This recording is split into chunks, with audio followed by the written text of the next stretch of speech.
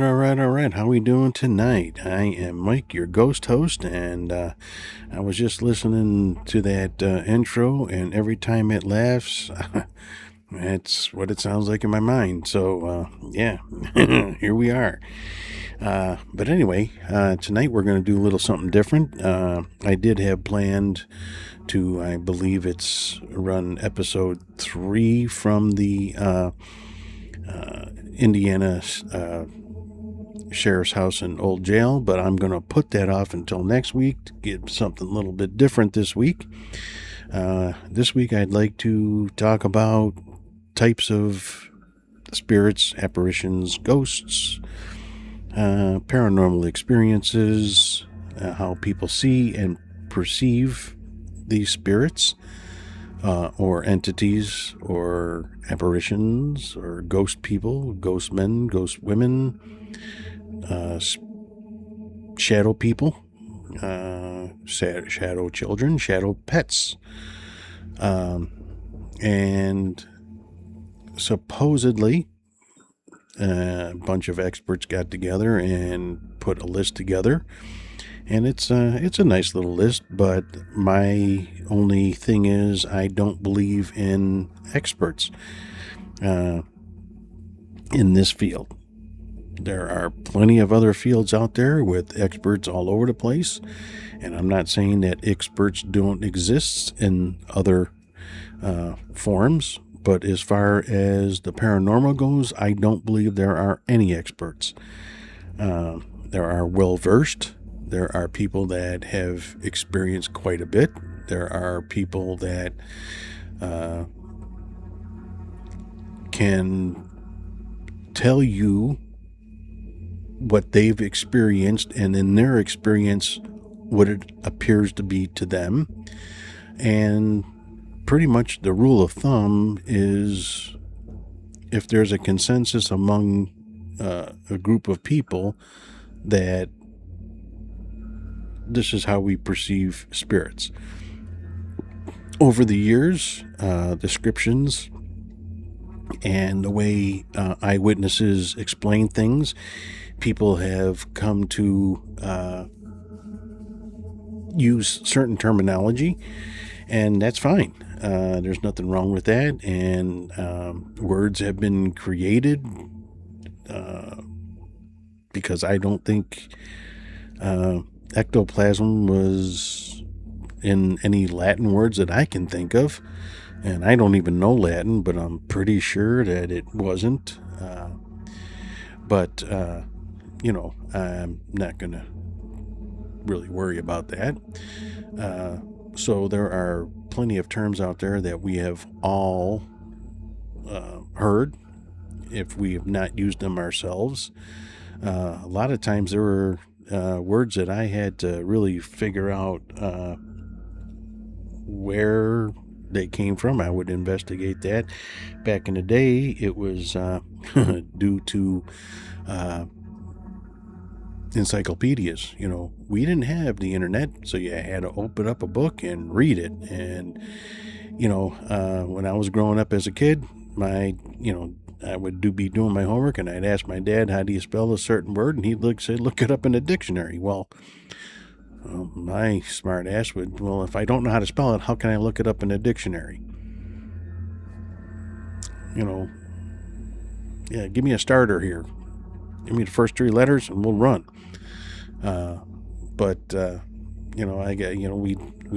had to open up dictionaries, encyclopedias, and those were expertly written books. But as far as an expert telling you what you saw or what they feel is, an entity, or how it appears to you, it's all conjecture. Everything is open for interpretation, and we have to run with it. One of my major downfalls is actually describing, while I'm listening to EVPs, for instance. I really struggle with trying to describe what the sound is. So another person can determine whether or not they hear the same thing or think I'm out of my tree.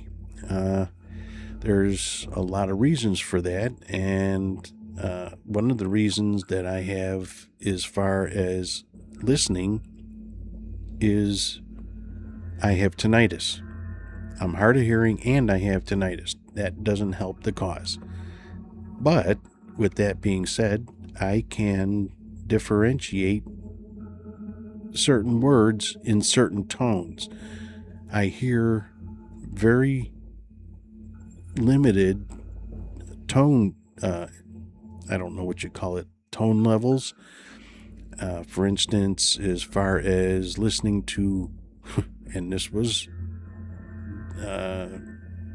told to me by my doctor, that I have a hard time listening or hearing women and children. Boy, no kidding. And that isn't even called selective hearing at that point. It is the tones that I can't hear. So while a woman will be talking to me, I might hear or see the mouth moving and hear certain parts because of the fluctuation in voice. There's a pretty good chance I'm not even going to hear a word you're saying. Same thing with kids. My family has got plenty of young children around, and so many times they'll all come up, or one of them will come up and say, "Hey, Uncle Mike, blah, blah, blah." And I'll look over and go, "Hey, how you doing? When did you show up?" And they've already had a full conversation with me and on their way out the door. I do have a problem with hearing. However, when I'm doing these recordings, I can hear sounds, especially clumps, clanks, bangs, bongs, booms, and that's the problem I have. It's not my hearing problem, it's the problem that I don't know how to describe what I've heard. So I'll just recently, after listening to some of the audio that I had taken from the sheriff's house and old jail, I was listening to 2.5 hours of audio, and every time I heard a sound, I would try to describe that sound. The problem is, a lot of the times I heard the same sound, I described it differently, trying to find the right way to do it.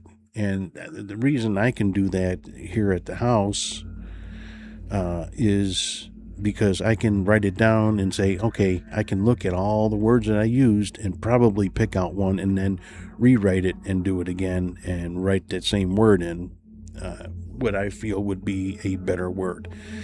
However, I haven't found that better word yet. And that would be one of the drawbacks of trying to identify something. And I could be an audio expert, but still not know where that sound came from. One, I don't have backing video on audio on these. This came from a hand recorder placed into a cell of John Dillinger, and unfortunately, I didn't think of it at the time, and I should have. I could have put a camera facing the recorder, but I don't. We do have a camera that's down at the end of the hall, but you can't see the recorder due to the angle and the distance, for one. So that's a drawback. So I can't identify what was making certain sounds. I can't also identify, there's a lot of road traffic outside, and that road traffic was at times deafening. Just listening to the audio, I can't believe how many exhausts that I heard throughout the evening that really messed up the audio in between that, though, there was one that almost sounded like a car. However, it was too short to be a car, because you can tell when a car was going by, because you can hear it coming from in the distance, going past, and then continuing into the distance.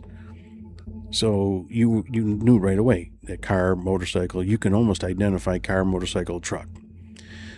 There was one audio that was picked up by another recorder, and it was a strange sound. Well, in my eyes, I debunked it as brakes on a larger truck, like perhaps a box truck, not quite the semi, because that would be a little bit big for that street, and I'm not sure semis were going up and down, but they did have plenty of box trucks that went up and down that street, and box trucks have air brakes, a lot of them. So this was a sound that, and it wasn't a tss, it was when the brakes are being applied, and you can hear that, not a high squeal sound, it was just a squeal sound, but let me see if I can mimic it. Something similar to that. And with that, I kind of debunked it myself as being a little bit truck related, not a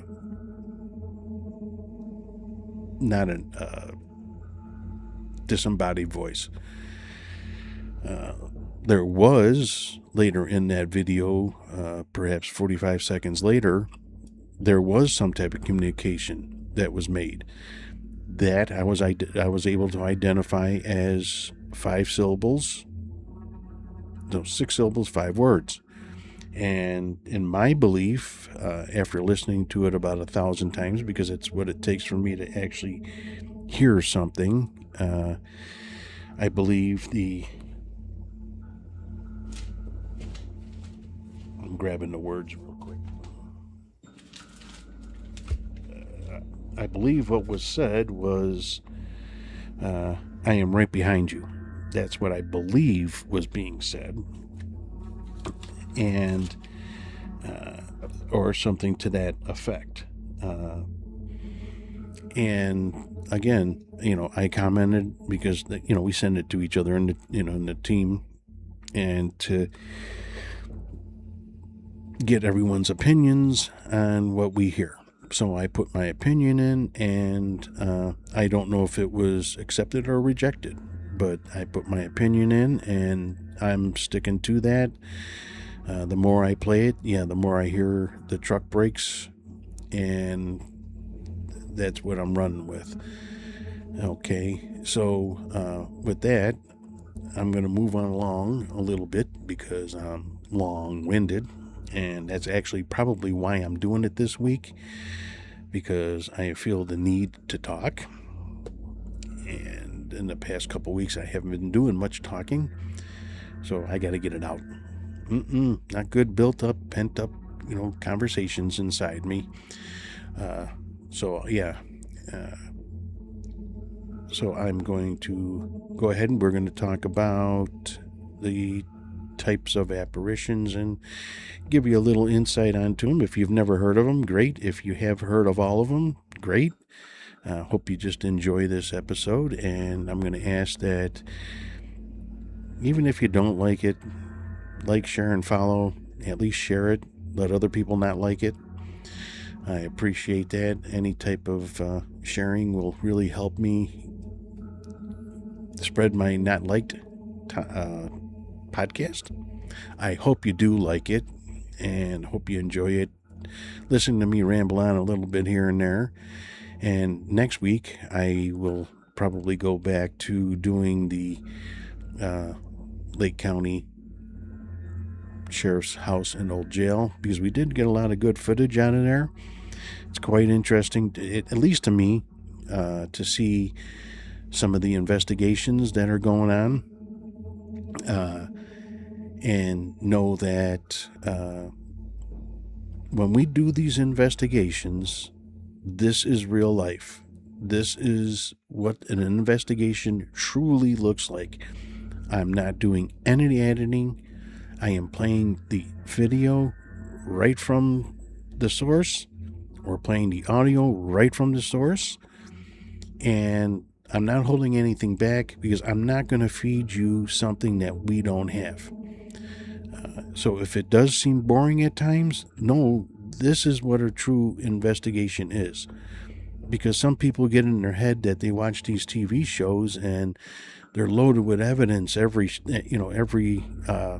episode, and that's not the case.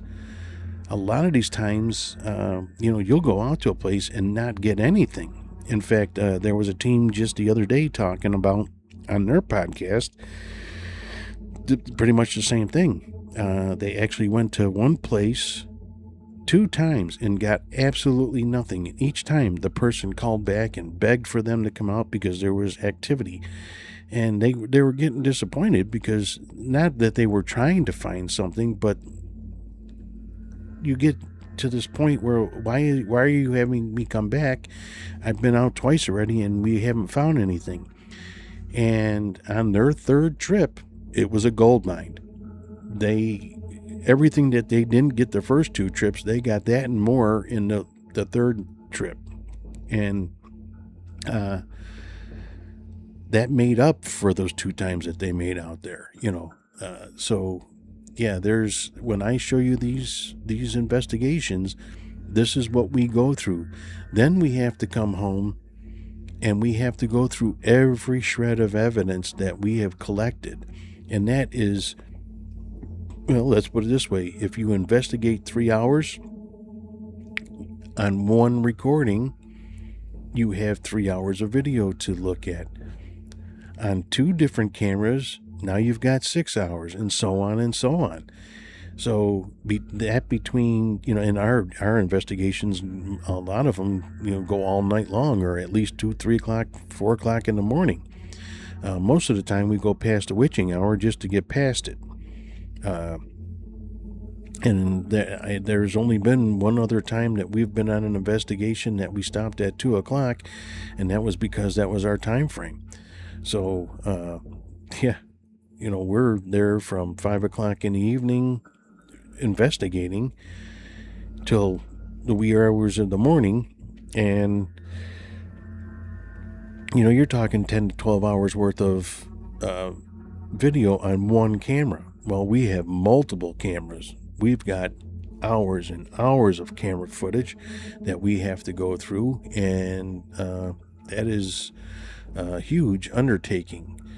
So while you get the broken down versions where the video might be 10 minutes long or 20 minutes long, usually my body cam shoots in 20-minute increments.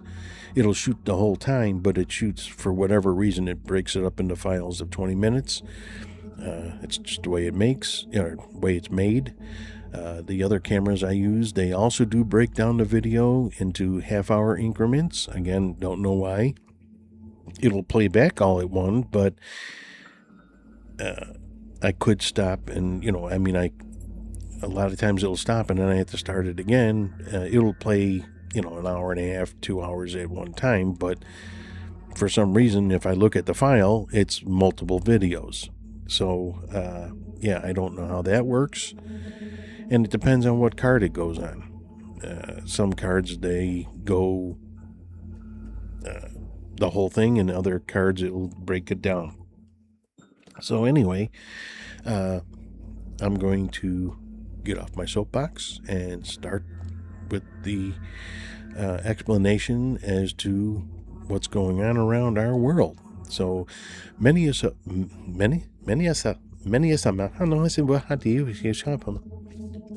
Take 2. Okay. Many of us have weird sensations about seeing shadows or shapes out of the corner of our eye, only for them to disappear when we turn to look.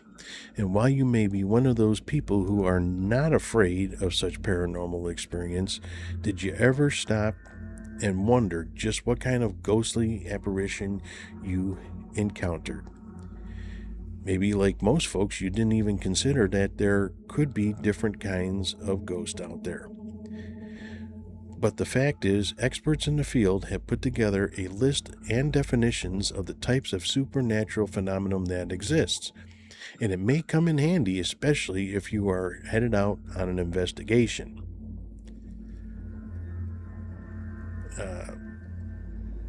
Several types of ghosts and spirits. While science offers no definitive answers on the nature of what we call ghosts, human cultures across the globe have woven intricate tapestries of belief attempting to categorize and understand these elusive phenomena. From lingering energies to interactive entities, the types of ghosts encountered in folklore and paranormal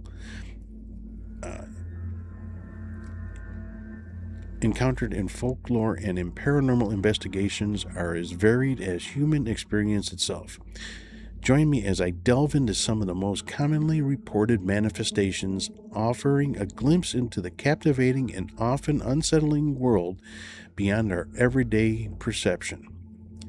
Understanding the lore of ghost formation. So as I continue, it's really going to, across the world. I don't think there is a religion or a species more apt to wanting to see apparitions or ghosts. And I mean by wanting to see, I think people for thousands of years. I know people for thousands of years have always wondered what is out there. What's there for us? And just about every known religion and belief system, there's an afterlife. And, that afterlife is what drives us to continue as a species. We have promise of an afterlife that's better than the life that we have on the earth. Now, granted, life on earth doesn't seem all that grand at times, but once you think about, what's your life really about, you start to wonder, why am I here? What's the purpose? What has put me here and for what reason? And it doesn't matter if you believe in the Big Bang, if you believe in God, if you believe in, Buddha. What purpose am I serving on this earth? Is it a precursor to what's coming? Is this what the Christians call heaven? Is it, did we already live? And this is purgatory? Is this what purgatory is? Did we already live another life, die, and this is where we end up? And we think birth is a new beginning, when really birth is not a new beginning. It's, okay, we were living a different life, we got killed, we died, whatever the case may be, and us being born and going up through this is just our experience in purgatory. Now, I don't believe in purgatory. I don't believe in purgatory as purgatory. I believe in a waiting room, basically, and because there's, as a Christian, there's the belief of the second coming, and I believe we have to wait somewhere, and I don't believe it is a purgatory. I don't, at least in the Catholic explanation of purgatory. So is this purgatory? Do we actually know? The things that we do here, having to go to work. Well, if you're a Christian, once again, Adam and Eve didn't have to go to work. All they had to do was live in the beautiful Garden of Eden. and they blew that. But is this location in between two lives? We don't know. Is death in this life the start of the new life in another realm? Is there another realm? Who knows? We don't know, and that's the problem with experts, because I don't believe that there's experts, and I don't think that experts can answer that because there is no experts yet. I'm sure at some point there will be. Once we can figure out what this life is and what the one that we're looking at is, I heard one explanation of a investigator on another team. Again, it's another podcast that I listen to. He doesn't believe that we are seeing ghosts. He believes that what we're experiencing is a parallel universe or something to that effect. I don't want to exactly say what he's saying, because I'd be lying if I understood what he was getting at, but this is just a basic explanation. So he believes that there is a parallel universe, and every once in a while there's a little glitch in it, and we're seeing other people in the parallel universe, which could possibly explain why we might see a relative or someone we recognize.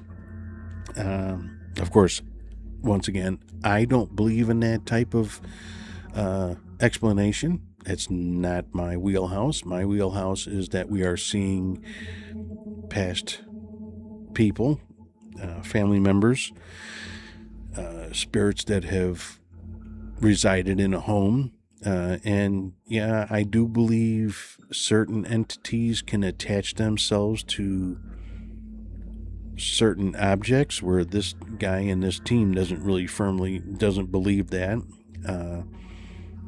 I'm not saying everyone on the team doesn't believe. I'm just saying there's a few guys on that team that don't believe that you can. Or why would you attach yourself to something? Well, you know what?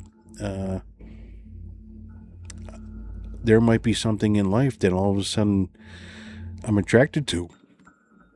One, my home. I might want to attach myself to my home because I really enjoyed it. I've been here 30 some years so far. 33 years, I think it is. And it's all I know. Outside of my house when I was, being raised, that's, I no longer reside there. I built my family here. So is it possible I might want to attach myself here? Absolutely. What about maybe the people get trapped? Is that where they attach, to that accident? Or is that, something else? So we're going to look into this and see what happens with where this goes. And so bear with me 1 second. I have to excuse myself. Excuse me.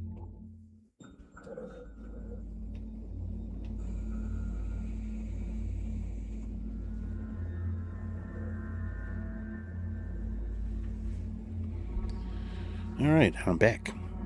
Quick, fast, and in a hurry. So, all right. Anyway, across the vast tapestry of human culture, the concept of ghosts weaves a consistent thread, often depicting different types of spirits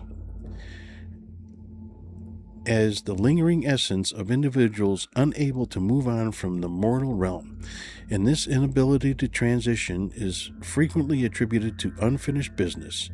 It may be a yearning for resolution, a desire for vengeance, or simply an unwillful purpose. No, unfulfilled purpose.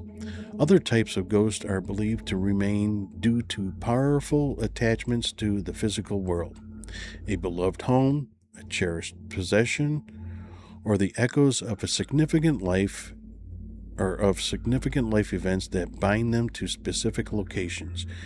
Tragic or unsatisfactory deaths marked by violence, suddenness, or injustice are also commonly cited as reasons for spirits to remain earthbound their unrest fueling paranormal activity. Other theories suggest that many types of ghosts are not aware beings, but rather energetic imprints, residual echoes of intense emotions, dramatic experiences, or even the very life force of those who have passed. These imprints may replay themselves within a location, creating repeatable phenomena without any intentional interaction, while fictional narratives offer imaginative and sometimes scientifically sound explanations for spectral existence. The scientific community largely explores psychological factors like suggestions, pareidolia, an altered state of perception alongside environmental factors such as infrasound or electromagnetic fields as a potential influences on perceived paranormal experiences. By engaging with these interpretations, enthusiasts can cultivate a deeper sense of wonder and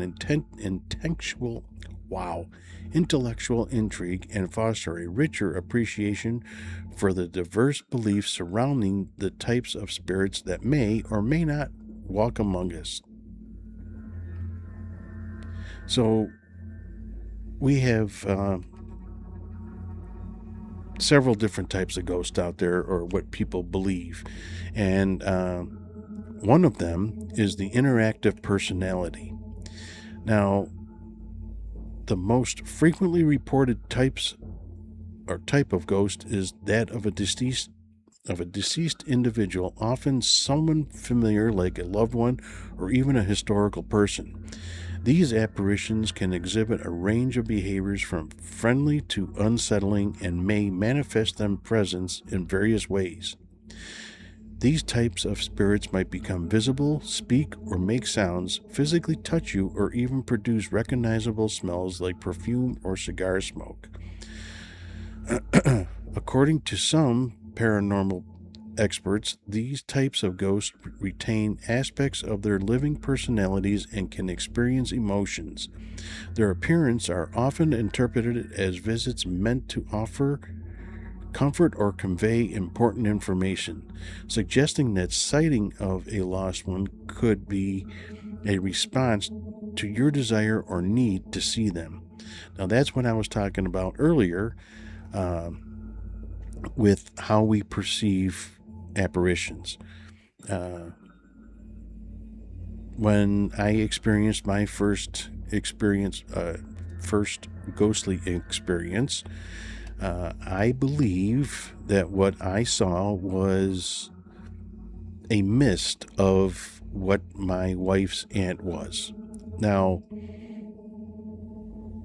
I never saw a picture of my wife's aunt.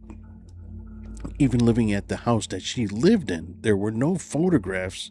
Well, first of all, there wasn't any photographs of the family anywhere in that house to be found.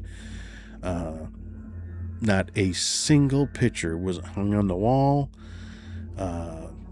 Nothing was, I don't remember ever seeing any family albums, which was, really strange now that I think about it. I didn't even really pay attention to it. There was only one or two pictures of my father-in-law that I saw when he was young, and I don't know why that was. And one was beside a motorcycle, and the other one was with his brother. But his sister, I never even saw. So when I saw the mist go past the door, I didn't even put two and two together. When my wife saw the mist go past the door, she never said that she had an aunt. I didn't find out until much later that she had an aunt that lived and died in that apartment. It wasn't really an apartment. It was a family home that was divided into two. And, second floor, first floor type of thing. And, when we moved in, it was turned into an apartment at that point. But, so my wife's aunt lived on the second floor of the family home, and she passed away up there. Massive heart attack. Again, not seeing her, I couldn't give you a description of what she looked like, so I think that, in my opinion, as an expert, I witnessed my wife's aunt as a mist because I wouldn't have known who she was even if I did see her. Now, that doesn't mean that that's going to happen every time, because I might see an apparition later on, a full body apparition, and be able to describe from head to toe what that apparition looks like. So, you know what, and I never really did ask my wife what her aunt, what she saw, other than a white mist. She said she saw something white go across the doorway, but did she see any facial or any physical characteristics that she was able to pick out? I don't know. Never did ask her, so maybe that's something I should ask. The second type of apparition that I'm going to delve into right now is the ectoplasm or ectomist, which I'm wondering if that's what I saw, was an ectomist. Paranormal investigators often identify low-lying mist or fog that seems to swirl with an unnatural movement as an ectomist or a ghostly mist. This vaporous cloud typically hovers a few feet above the ground and can exhibit either rapid movement or remain stationary. Again, with the mist that I saw, it was a rapid movement, and it went really fast across the front of the door. It would be like, if I did that, that's what it was like. So it wasn't stationary, but it did have a quite quick move to it. Sometimes appearing to subtly orbit. These eerie encounters have been documented in numerous videos and photographs, with the mist appearing in shades of white, gray, or even black. While these types of spirits can materialize, linger briefly, and then dissipate quickly, some believe that they are a precursor to a fully formed apparition. Many eyewitness accounts place these sightings in an outdoor location known for their historical significance, tragic past such as graveyards, battlefields, and historical sites. So, yeah, if you're down in, I said it last week, and I'm gonna blow it again this week, Gettysburg. Got it. If you're down in Gettysburg and supposedly by one of the battlefields there, near the forest, hundreds of people have seen the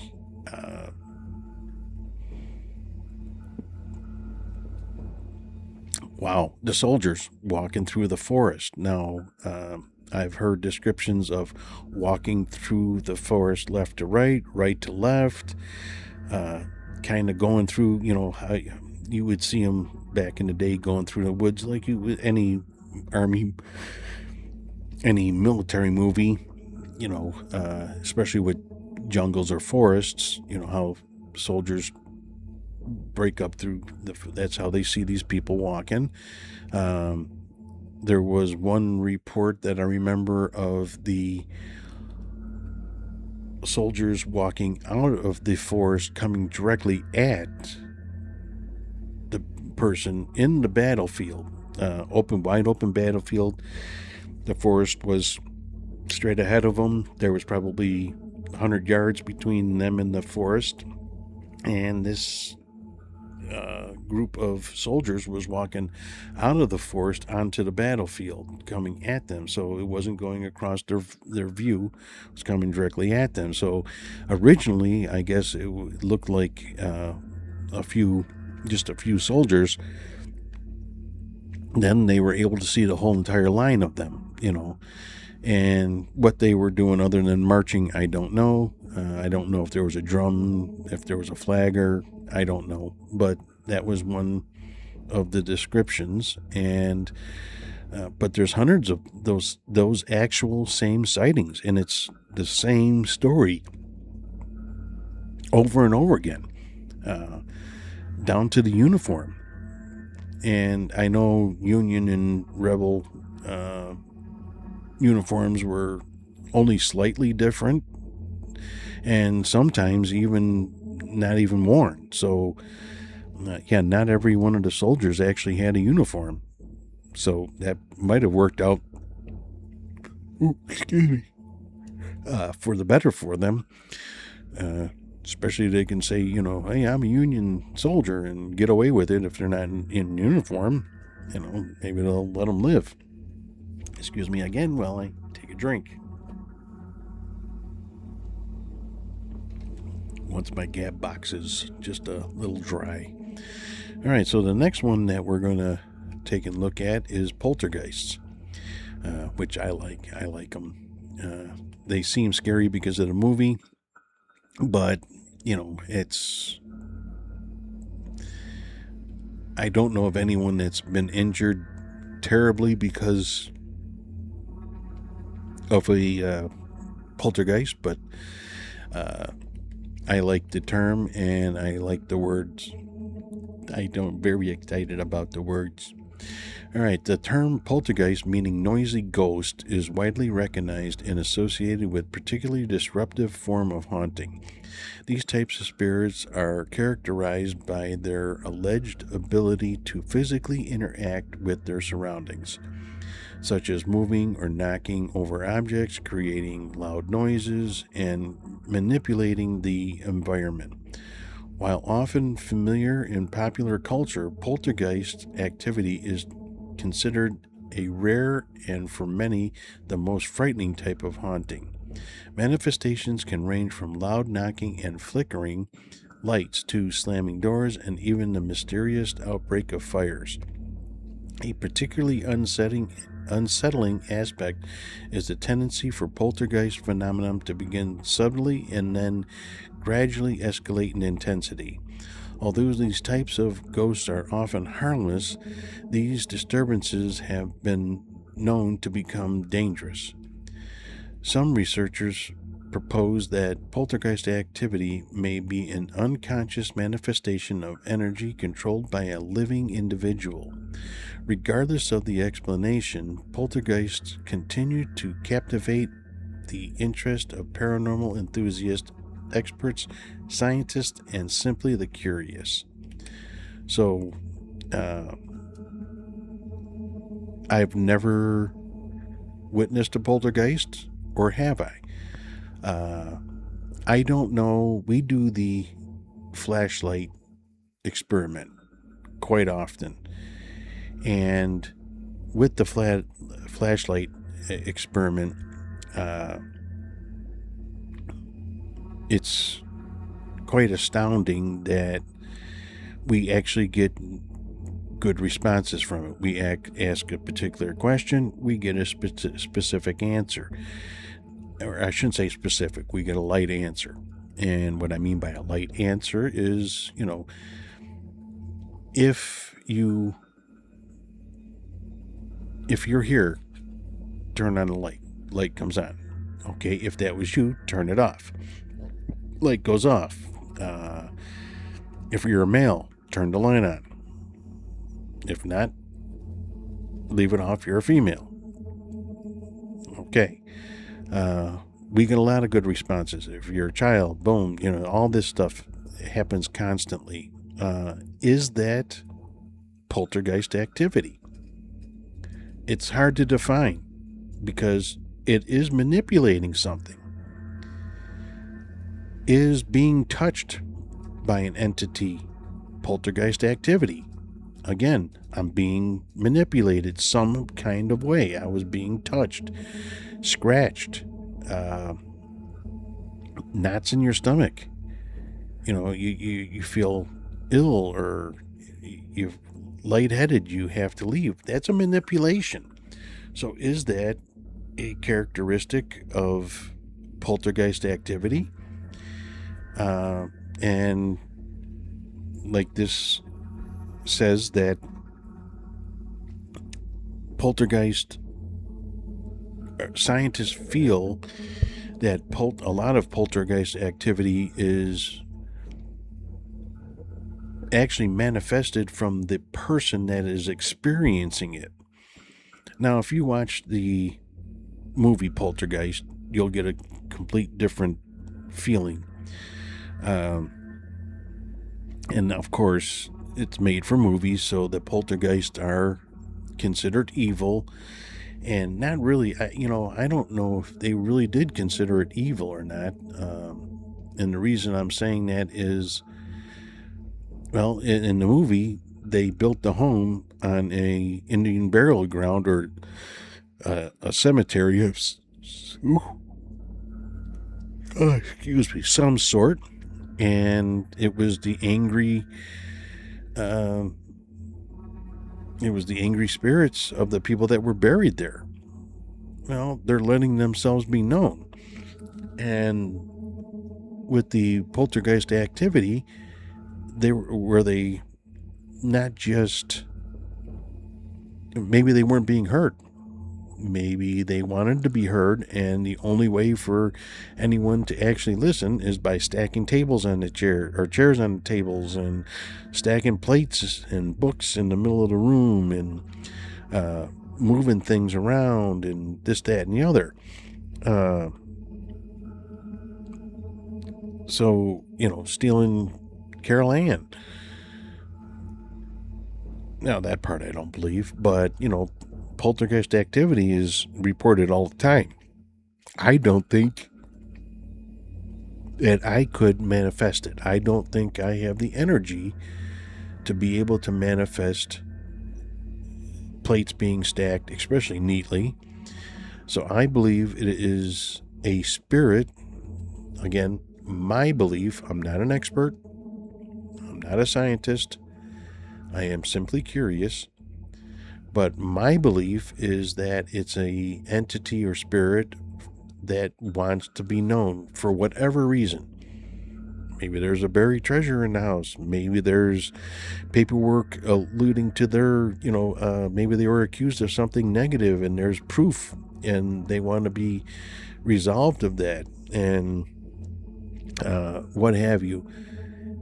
So, that's what I believe a poltergeist is. A spirit or entity trying to get your attention for a particular reason. And whatever that reason is, you might want to listen to them. It might turn out to be something good. It might, what if you're having problems with proving the house is yours? They might know where the deed is. For instance, when my father-in-law passed away, my mother-in-law could not find her high school ring. And she blamed my father-in-law for selling it. Well, first of all, that doesn't make any sense, period. Why would my father-in-law sell her high school ring, who was never in need of money? Never. So that never made sense. But she couldn't make sense of the fact that she couldn't find it, and she just blamed the easiest person, someone that's not there. It didn't work out for her because my daughter was able to communicate with her grandfather and was able to describe to an exact location and placement of said ring, and it was found. Of course, it was found with help from the other side, which I believe if he really wanted to, he could have moved it. Now, you guys might not believe that my daughter was able to locate that with her being sensitive, but she did. And she would have never known where that ring was. My father-in-law did not allow the kids into that cabinet for the simple fact is that's where he kept his guns. He was a Chicago policeman, and that was his locked cabinet for the guns. And that's where I'm sure if my mother-in-law would have taken the time to have gone through, because it wasn't locked to her, it was only locked to the kids. And She more than, was able and capable of going through those drawers. She would have found it eventually, but with the aid of my daughter telling her what drawer to open, what box to go in, where exactly that was at, it was a lot faster. So, could he have started doing poltergeist activity to maybe point that out? He probably could have. That's my guess. I don't believe and subscribe to the fact that I am the one that is creating poltergeist activity. That's just how it is, and that's just where I'm at. All right, so the next is orbs. And wow, orbs are probably the most controversial of any type of evidence, and I can understand why. Too many things can create an orb, and there's a certain time in a certain place that I look at orbs, and my sister-in-law has sent me 2 or 3 different videos from her basement at her up one of the buildings that she owns, and it shows an orb doing a strange move, and it's not moving. First of all, it's not moving like a spider.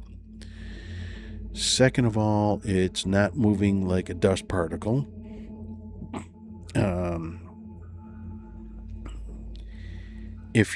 I have all kinds of video right now, and you've watched 2 of it. You can go back and watch it again, where there's nothing but bugs and dust particles in all the footage.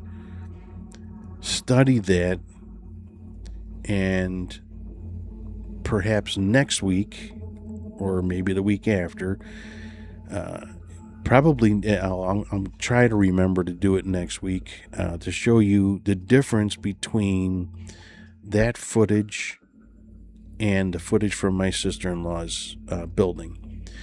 The orb acts completely different than either one of those, and you can tell in the Lake County Sheriff's House and old jail that there's dust and different types of bugs.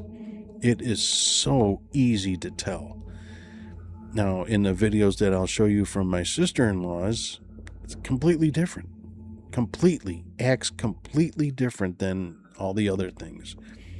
And I know there's different explanations for it, but trust me, the dust at the Lake County Sheriff's thing was rampant. It was horrible. And you're going to, people are going to say it's because of all your movement. Well, I got news for you. It was moving before we even got there. And there's no air conditioning. There's no heat. There's no air circulation whatsoever. There are a few broken windows occasionally in different locations, but for the most part, where we were at, there wasn't broken windows. And the way the dust was moving was unbelievable. And I picked it up all the time. I mean, I was looking at it through the viewfinder. That's how bad it was. So, and not to mention the fact that I was breathing that. But, I will try to, if at all possible, remember to show you the difference next week in next week's episode. But I'm going to move on with orbs. Orbs are perhaps the most frequently captured anomaly in paranormal photography. These phenomena typically appear as transparent or translucent spheres. Big words today. Spheres of light seemingly hovering above the ground, often surprising ghost hunters and tour participants alike. It is commonly theorized that orbs represent the souls of deceased humans or even animals in transit between locations. Their spherical form is believed to facilitate movement, and they are often considered an initial stage before a spirit might manifest as a full-bodied apparition. When caught on video, their rapid speed can be astonishing. While they typically appear white in photographs, they can sometimes exhibit a blue hue. Now, I don't know if I'm pretty sure I talked about this in one of the early episodes. Boy, that was like so long ago, only like 10 episodes ago. Anyway, when I was at my very first investigation with Chicago Paranormal Investigators, we went down into the basement of the rectory, and for whatever dumb reason, I didn't have my camera on. I didn't have my camera recording. I had it on, but I didn't have it recording. I found a seat. I think I was my back was starting to really hurt. I have a severe bad back problem, and I think it was starting to hurt. So I found a chair and plopped down in the chair and was kind of just relaxing before we started the spirit box session. And I had the camera kind of sitting in my lap facing the strip lights, the tripwire lights. And the tripwire were starting about 5 or 6 feet in front of me and then going out into the hallway. So again, I think it's a 15-foot or maybe 20-foot cord, and it's got, maybe 10 or 15 lights on it. And as I was sitting there, I was kind of just glancing down at my viewfinder, and I had noticed an orb. Well, first, let me back up a little bit. 2 of our members heard something out in the hallway. So they had walked out. Now, could they have drugged dust with them? Yes, they could have. However, it would have been dust, not a piece. Could it have been a bug? It could have been. However, once again, it followed them out the door, and it went down towards the lights. And once it went past my viewfinder, the lights started going on as it went out the door. So, my explanation is that was an orb that was witnessed, that was going to manifest or could have manifested into a full body apparition or something to that effect, and it was going to see where those 2 investigators were going. That's my opinion. I saw it, like I said, at first I saw it as an orb, and then the lights went on. So it went through the viewfinder, and it didn't go through like this. It went through like this. So it came basically from top. Well, let me do it from this side. Came from way up here and went down across my viewfinder out of view. And then when it left the bottom corner of the viewfinder, so once again, I'm over here, and it came across and went down. So when it got down to that part of the viewfinder, it went across the lights. And that to me was an orb. That was not a bug. It wasn't dust. It wasn't a spider walking across my lens. There was no spider on my lens. I know that for a fact. Not that there couldn't have been a bug that did that exact movement at that exact moment. Yes, there is a coincidence that could have happened. Yes, I do believe that. However, I don't believe that was the case.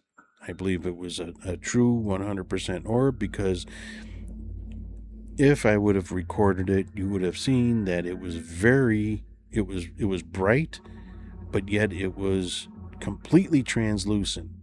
I was able to see the lights that weren't getting lit up through the orb.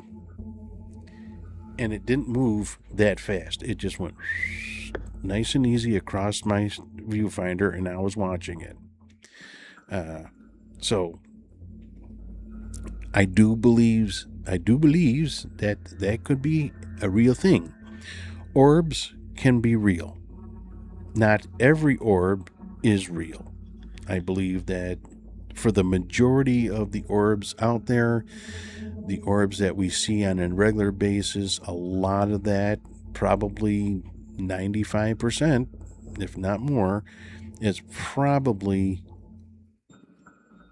dust or bug related. There are other types of bugs out there that, or I don't want to call them orbs, but there's some type of name for it, and they're just long lines, bright lines. I forgot what they call them, but I'm going to have to look that up. And those are also something that is in the orb realm, except they're not orbs. They're little lines. All right. So moving along, there is something called funnel ghosts. And this one I don't understand. Among the fascinating types of ghost encountered, the funnel ghost, also known as a vortex, is most commonly observed in residential settings or aged historical buildings and is often accompanied by a noticeable cold spot. These type of spirits typically manifest as a swirling funnel shape, and many paranormal experts theorized they represent a visiting loved one or a former inhabitant of the location, appearing as either a subtle, wisp of light or a more defined swirling spiral of luminescence. Funnel ghosts are frequently captured in photographic or video evidence and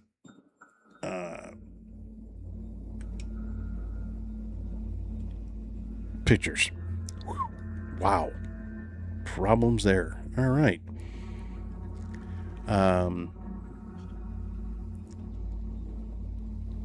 Pictures. I don't think I have ever, in all my years of doing this, ever seen a funnel ghost.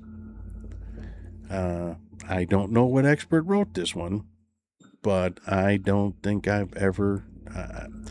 I don't recall anybody ever showing me a picture and go, that's a funnel ghost, or seeing one even on the TV shows. No, wow. Even for the TV shows, that's really unusual.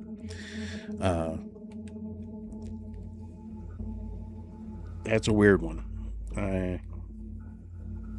That's a little bit out there in left field. So, all right, moving along. Ways to experience the paranormal. So, for those intrigued by the spectral realm, there are various avenues potentially experience the paranormal. I'm going to list a few methods here. Visiting haunted locations, exploring sites with documented histories of paranormal activity, such as historic buildings, cemeteries, former hospitals. That's a very popular way to seek encounters. Some believe that places with intense past events or tragic occurrences may have a higher likelihood of harboring residual energy or even types of ghosts tied to the location. Another way is guided tours. Of course, many cities, especially New Orleans, Chicago, New York, they've got plenty of ghost tours, and a lot of them have well-known people to do so. In Chicago, we had a guy named Richard Crowe. He was on all types of TV programs, wrote tons of books. He was more a folklorist than he was a ghost hunter, but he combined the two and really made a go of it. We have Dale Kaczmarek. He's a big-time ghost hunter, been on plenty of TV shows. Ursula Bielski, she writes several books. She's, again, another folklorist, and I believe she used to do tours. I'm not sure if she still does that or not. But you can go to any big city, or any city pretty much anywhere today, and find a ghost tour. So that is, one way to experience it. And you can do your investigations there. You might have to move a little, quickly or, whatever, but always have your recorder going. So, yeah, many cities offer guided tours that take participants to reputedly haunted sites.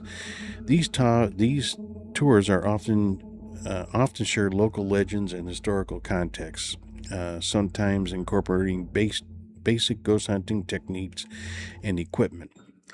They can provide a structured and social way to explore potential paranormal hotspots and learn about different types of spirits believed to inhabit the area. I am not a fan of... I'm a fan of going on ghost tours. I love going on ghost tours. I am not a fan of hearing all of the lore, because sometimes you're looking for that. And when you're looking for it, you want it to happen, and it doesn't happen, or you believe it happens.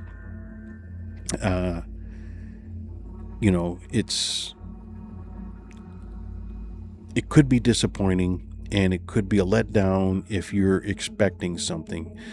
Another problem with going on tours is you're paying for this, so you automatically expect to see something ghostly. Hearing a person talk all night, like myself, isn't really a cup of tea when you're out trying to have a good time with your friends. So what you need to do is try to find ghost tours that have interaction with them. In other words, you're going to have time to do an investigation. We did one down in, we did one in Salem, which was really good. You're out there for 4 or 5 hours. The tour guide is well versed in where you're at, your locations, knows where there was experiences, and that's really where I learned how to do the flashlight trick. I really thought that was cool, and I thoroughly enjoyed it. We got really good responses. I even caught an EVP from that experience, and I have that. I still have it on my phone to this day, and really excited by it. So, that's one good way is to get to it with a tour that has the potential of doing an investigation along with it. The Ghosts and Graveyards Fright Scene Tour is an excellent option for those looking to learn the history behind potential hauntings. Now, you have to find out where they're running, but I'm guessing they're pretty well known. Conducting an independent investigation for a more hands-on approach. Some individuals or groups conduct their own paranormal investigation. This often involves researching a location's history, setting up a recording equipment, audio recorders, cameras, EMF meters, and employing techniques like EVP, electronic voice phenomenon sessions, or simply observing and documenting any unusual occurrences. It's really simple. It's a really simple process. It's long and arduous when you're trying to go through all the evidence at the end of the fact, but it's a good time. And you don't have to have professional equipment. You can go out there with a hand recorder. You can go out there with your phone, take pictures and record. A lot of them have the memo section, which really works out nice, being able to do the memos. And this way you can get your EVPs. Some of them have, apps. I don't subscribe to the apps. I don't believe that they work. The one that may work with you is the SB12 Spirit Box. That might be something that you can use that you might get legitimate response from, because it's basically just running through radio stations extremely fast. So that one you might be able to get away. But these ghost radars, yeah, those are, they're listed as entertainment only. And that's what they mean. It's entertainment. It's not real. You're not going to get a ghost radar and have them show up on your screen. Don't believe in that, please. But the SB12, if they've upgraded it since, I've had it, that's great. But yeah, you don't have to spend a lot of money on a lot of equipment. You can get cheap palm recorders or voice recorders. A lot of people just have them around maybe when they were through college and, put it down for the professor so they can hear their professor later on. You don't have to have expensive cameras. In fact, one of the best is, in my opinion, is the Instamatic cameras, the Polaroid Instamatics. Those are awesome. You get the response right then and there. You get to see your work happen, within 5 minutes, 10 minutes at most. And real cheap, again, hand recorders, video cameras, what have you. Stuff laying around.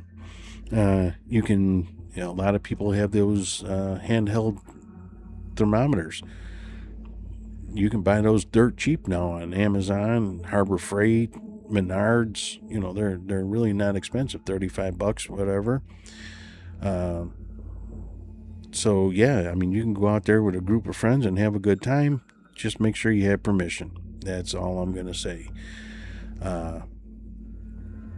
So we're going to move along, but yeah, that's some of the ways you can experience it.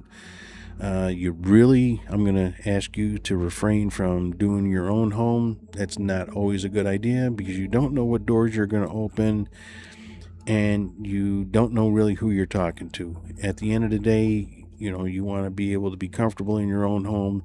If you accidentally open a door that isn't supposed to be open and you let something in and you're fighting it, you can have a miserable time. The team that I always listen to say, though, it's the Catholics that are the only ones that do exorcism, if you will. But there's plenty of religious factors out there that will help and can help.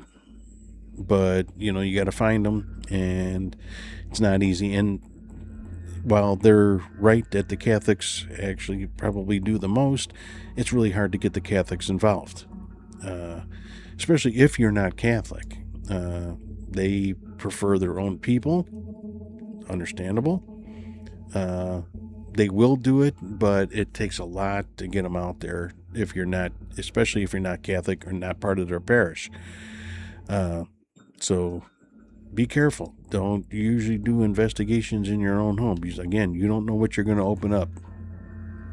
And if you do practice that at home, make sure you have an out. Make sure you close the door if you open it. And there's a way to go about that. So read into it, figure out, how to properly investigate something, and make sure if you're living there, make sure you can close the door. You don't want to invite things or leave the door open where anything can come in.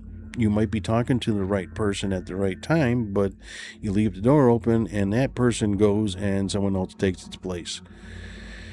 Doppelganger is one that was not talked about, and I feel that the doppelganger is probably the most dangerous of the apparitions, you might want to watch out for the doppelganger because it mimics a person that you know, a living person, a lot of the time.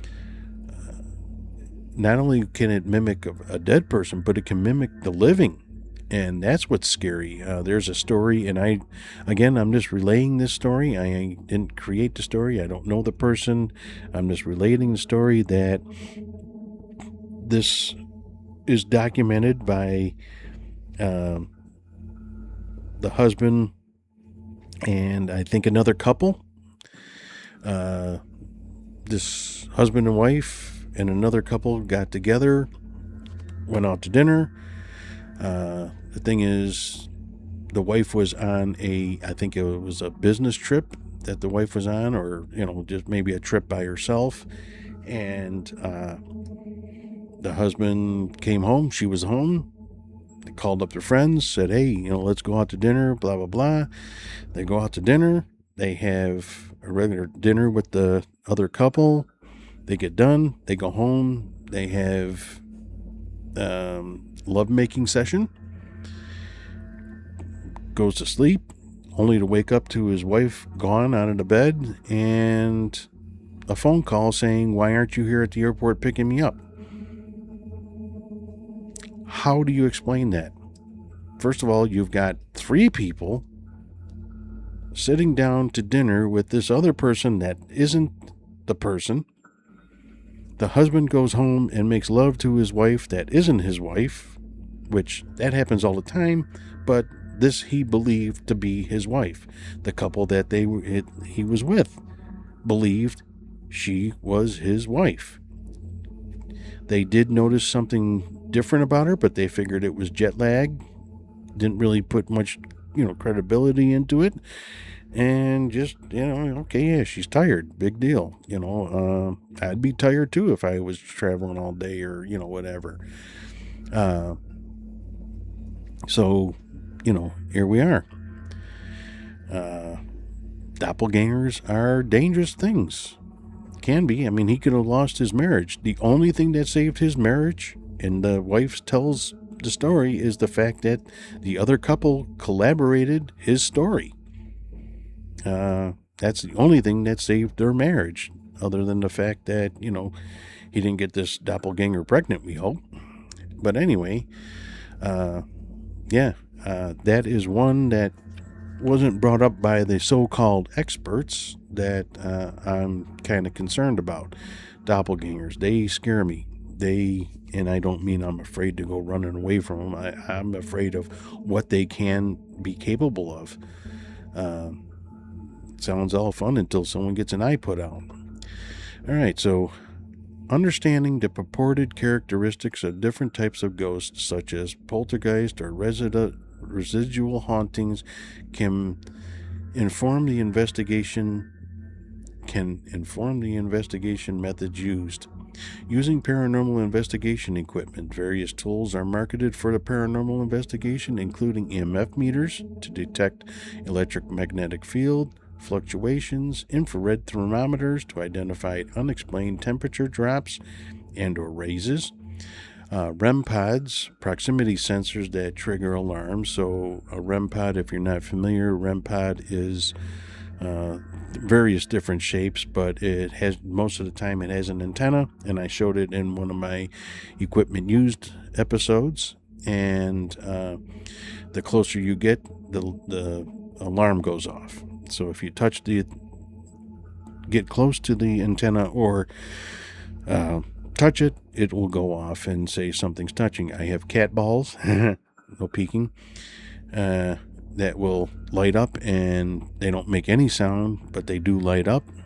And in fact, which is funny, I just created these here for my cat balls to be able to use them as a communication device. And of course you can see yes and no on them, and it just holds the cat ball in place, so it's not rocking all over the place and rolling away on me. Those are going to be invaluable. So that's another proximity sensor, and they are just getting better and better with all these type of proximity sensors. They're all different types of makes and models, and bells and whistles, literally bells and whistles. So that will help you out. While the scientific validity of these tools in detecting spirits is debated, some believe they can help identify potential paranormal activity or the presence of certain types of spirits that might influence the environment. So,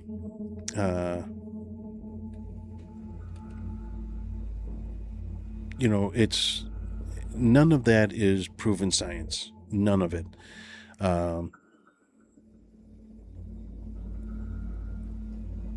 You have to try and see what works for you.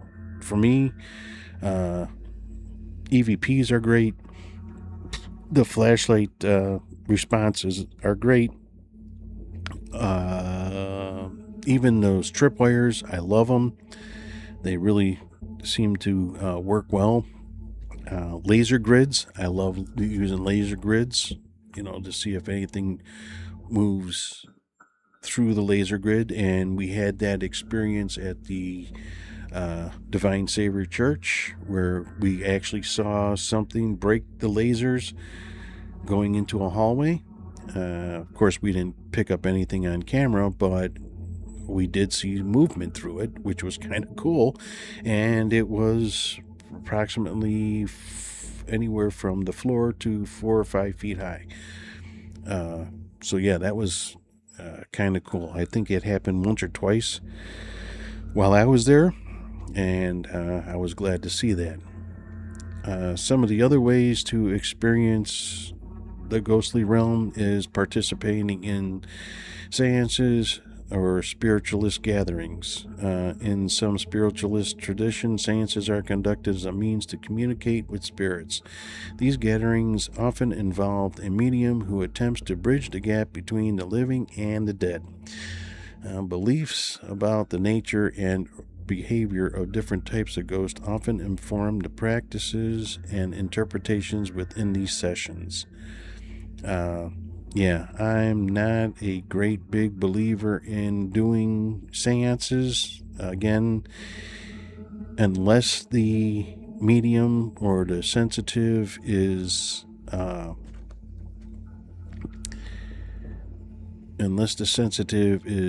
very versed in doing seances, I wouldn't practice that. Doing the Ouija board, wouldn't practice that. I have a Ouija board. I don't touch it. I don't know. I think I just bought it to have it around as a novelty. I didn't really ever.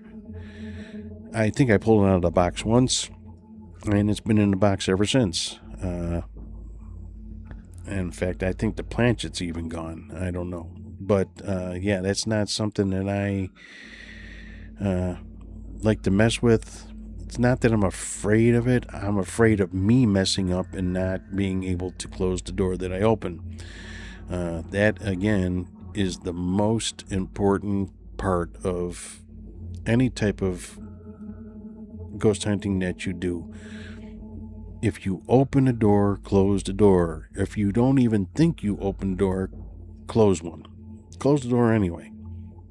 Have a closeout session at the end of your investigation. Whether you do it privately or you do it with the team, have a closeout session. You tell these spirits that they're not welcome to follow you home. They're stay where they're at. No one is allowed to hitch a ride on your personal body or personal items, and close it out. Close it out to them. And if you're a believer in it, then you believe that you should be able to control that type of action. You don't want to bring something home that your family can get hurt by or whatever. So in conclusion, the realm of the paranormal is a multitude of beliefs and observations. Whether you are a seasoned investigator or simply curious about the spectral energy that surrounds us, Understanding the various types of ghosts and the diverse ways in which these spirits are believed to manifest can enrich your exploration. The quest to understand the paranormal remains a journey of intrigue and challenges people to look between belief and observation. So, yeah, I'm going to pretty much almost stop there. I've got frequently asked questions I can go through real quick. As long as it doesn't take more than 4 minutes and 15 seconds, we're all right. So, frequently asked questions: is there scientific evidence for different types of ghosts? Like I said earlier, currently there is no widely accepted scientific evidence to definitively categorize different types of ghosts. These classifications are based on anecdotal accounts and paranormal investigations. So yeah, it's, pretty much, again, it's not a proven fact, and that's why I don't agree with the comments made in here about experts. I don't know. There's got to be a different way to describe these people. Again, well versed, experienced, but not expert. What are the most common types of ghost sightings? Well, let's see what they have, if it's a good answer or not. All right, interactive personality ghosts appearing as deceased individuals are the most commonly reported type. Well, that makes sense. It's, again, most people see their family members.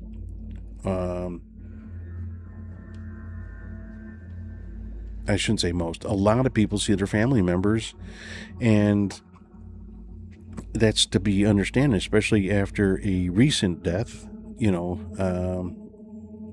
when probably they're more easily able to show themselves right after death or what have you. And probably for the next week, I would say, would probably be the best before things start happening to their body. I know it doesn't happen to the soul, but, I don't know if once you leave your body and you're looking upon it and you finally realize that, okay, this guy down here is not a doctor as I'd like him to be, and he is draining me of my life essence, which is blood, and it's going down the drain. Perhaps I'm not here anymore. Well, okay. That's understandable. But that's when I would think that most of the sightings of family members are noted, probably within the first week or two of just passing.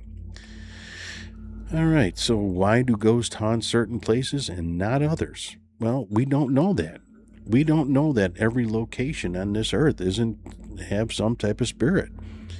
Maybe the activity isn't there, but I feel, in my personal beliefs, is somebody has stepped somewhere on this earth since dawn of time, and every location has a person that's been there. Doesn't matter where it is today. Thousands and thousands of years ago, when we were walking the earth, someone's put a foot there, and I believe that every location has something there. It's just not experienced there because maybe nobody wants, or maybe there's no one there for a lot of the time, or maybe that spirit doesn't need to show itself or have any need to be known. Yeah, let's see what the experts say.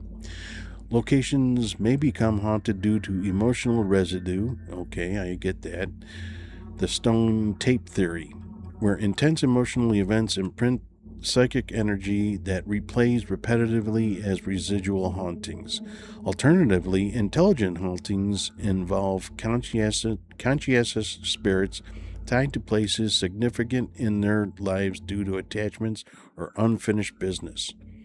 Yes, I agree. That unfinished business might be as simple as giving someone a warning. If I pass away and I know why I passed away, and maybe it was because of something in the home causing it, I'm going to try to warn my loved ones. I'm going to try to say, hey, look out for that carbon monoxide. Or, hey, you know what?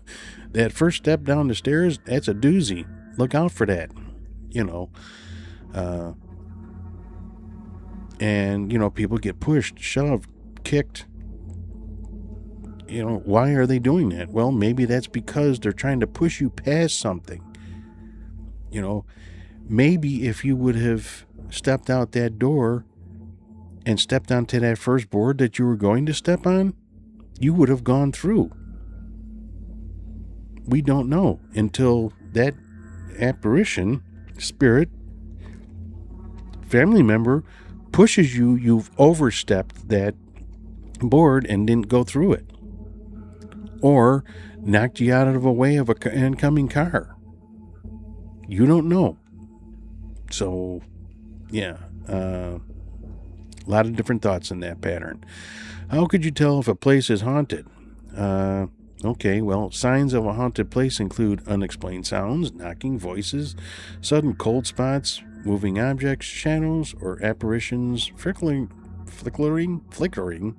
lights, phantom smells, feelings of unease and unusual animal behavior, people investigating using historical research, eyewitness accounts, and their senses, and technology like EMF meters and audio recorders. While these signs are often attributed to types of ghosts, it's important to rule out nature or natural explanations first. So yeah, you can have all the EMF meters in the world, and you might be getting a hit somewhere, and oh wow, look how high it's peaking. Well, if you don't go any further and try to figure out where that EMF is coming from, then it means nothing. So if there's an upstairs or an attic or a downstairs with the basement that you can get down to, or a crawl space that you can actually crawl into, you might find a huge intersection of wiring that goes right there, creating this immense EMF location. Or, you might be walking through a cold spot, but why is that cold spot there? Maybe, you don't know. Most of the time, investigations take part in the evening. Maybe there's an open window that is just directing the cold spot right there. Look around is what I'm getting at. Don't just take it for what it is. There might be a cold spot, and it might be a 5 to 10 degree difference, but that cold spot might be attributed to an open window, maybe a floor vent that's blowing directly up. Who knows? Someone might have covered a floor vent. Back in the day, they used to put floor vents in the middle of the floor. Just random, right there in the middle. And, so it could be under the carpet and people just don't even realize it. It's a pain in the ass to keep walking around it because, it's a big vent and you might put your foot through it. Well, people get tired of that. Look at a carpet over the top and you're not going to fall through it. But they've covered up that vent and there's a cold spot there. I've seen that. Not doing an investigation, but I've seen it when I've torn up floors, to put hardwood floor in or redo some remodeling. And I'm like, wow, actual working vent covered by carpeting. So, it might be a simple explanation as that. It might even be a throw rug that someone, put down there, or one of those Persian, whatever, Persian rugs, and you might be able to lift it and see if there is something there. Are some types of ghosts considered more dangerous than others? Again, poltergeists are considered the most potentially dangerous type of spiritual disturbance due to their reported ability to manipulate the physical environment and, in rare cases, become harmful. Well, yeah, a poltergeist can probably pick up a knife and throw it at you. Again, it can manipulate the area around you. With that being said, I feel, to me, while knives have been thrown, forks have been thrown, spoons have been thrown, none have, as far as I know, to this date, been able to hurt anybody. So, poltergeists to me are not the most dangerous. The most dangerous happen to be doppelgangers that can mimic your living person and or a ghost. So, yeah. Again, poltergeist means noisy ghost and refers to the type of haunting characterized by the ability to move objects, make sounds, and manipulate the physical environment. I'm not going to get into deep talk about those poltergeist anymore. And I'm not going to talk about orbs anymore. Orbs are low on my list of video evidence or photographic evidence. And we all know, we believe that the orbs are a manifestation of human or animals, spirits, and that's pretty much the end of it. Orbs, like I said, it did show me something at one point, but again, they're low on my totem pole. Flashlight evidence, EVPs, recorded evidence, either video and or audio, that is the best type to get. Photographic is very important, and several apparitions have been captured or said to have been captured. But anyway, with that, I hope that you've learned something. I've learned something. I didn't know anything about a funnel ghost, but that seemed a little bit interesting.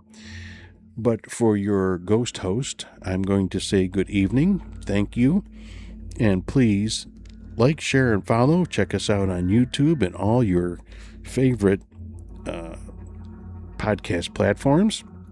Check out the Not Podcast with Mike, Lou, and Ed, the Never On Topic podcast, where us three morons talk about everything and anything and never really finish a topic. And continue to watch me, and I have YouTube at Mike Whitty 6222, and we are also on Edzilla 45 on YouTube. We're on Spotify, Apple in video form, and we are on every other platform out there. So watch or listen, enjoy, and we'll see you next week. Thank you for tuning in, and God bless.